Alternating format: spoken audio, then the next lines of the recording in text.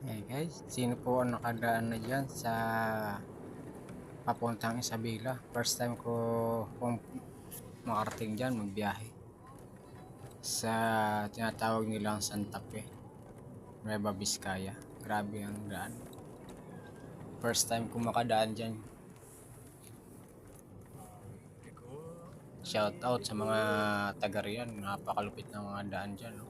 Bundok talaga, tapos paliko-liko talaga, sikon-siko ang daan nila. Sa mga taga riyan po, ingat po sa biyahe dahil lalo na pag naulan. Gumuguho po yung mga lupa at bato dyan. Doon napakarami. Ayan, Lalo na ngayon. pagmasdan niyo yung mga Nung gabi nga daan no. dyan. Dami. Paliko-liko talaga siya. Halos 2 oras. Ito, Pangasinan Road. Paliko-liko ka talaga sa mga daan, no? Yan, talagang ingat talaga pag may mga kasalubong. First time ko makabiyahe ng papuntang Isabela. O yan, mga gumuguho na lupa. Ay, tabing. Yan, o. Uuwi kita kambing.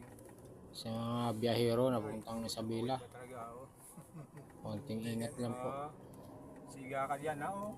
Dahil napaka ng kalsada dyan. Paliko-liko, tapos yung mga makakasalubong talagang hindi mo makikita eh. Wala nang makakita. Talagang kurbadang-kurbada siya. Ayun, Pag may loko-loko hindi do. pwedeng sakupin yung kabilang linya dahil baka mabulaga ka.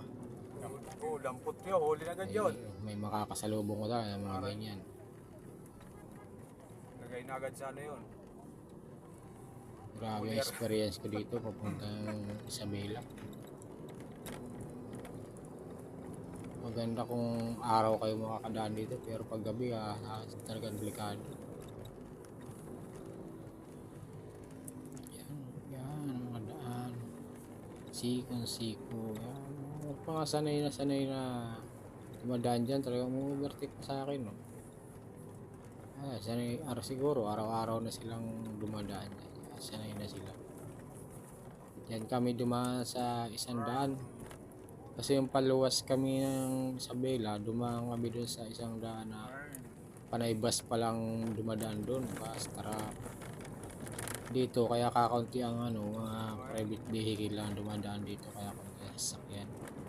2 pa lang din yung pwedeng daanan. Yan. Kunti lang. Pero sa 100 guys, makakasabay mo mga truck, bus, mga trucking, gano'n. Makakasabay mo doon.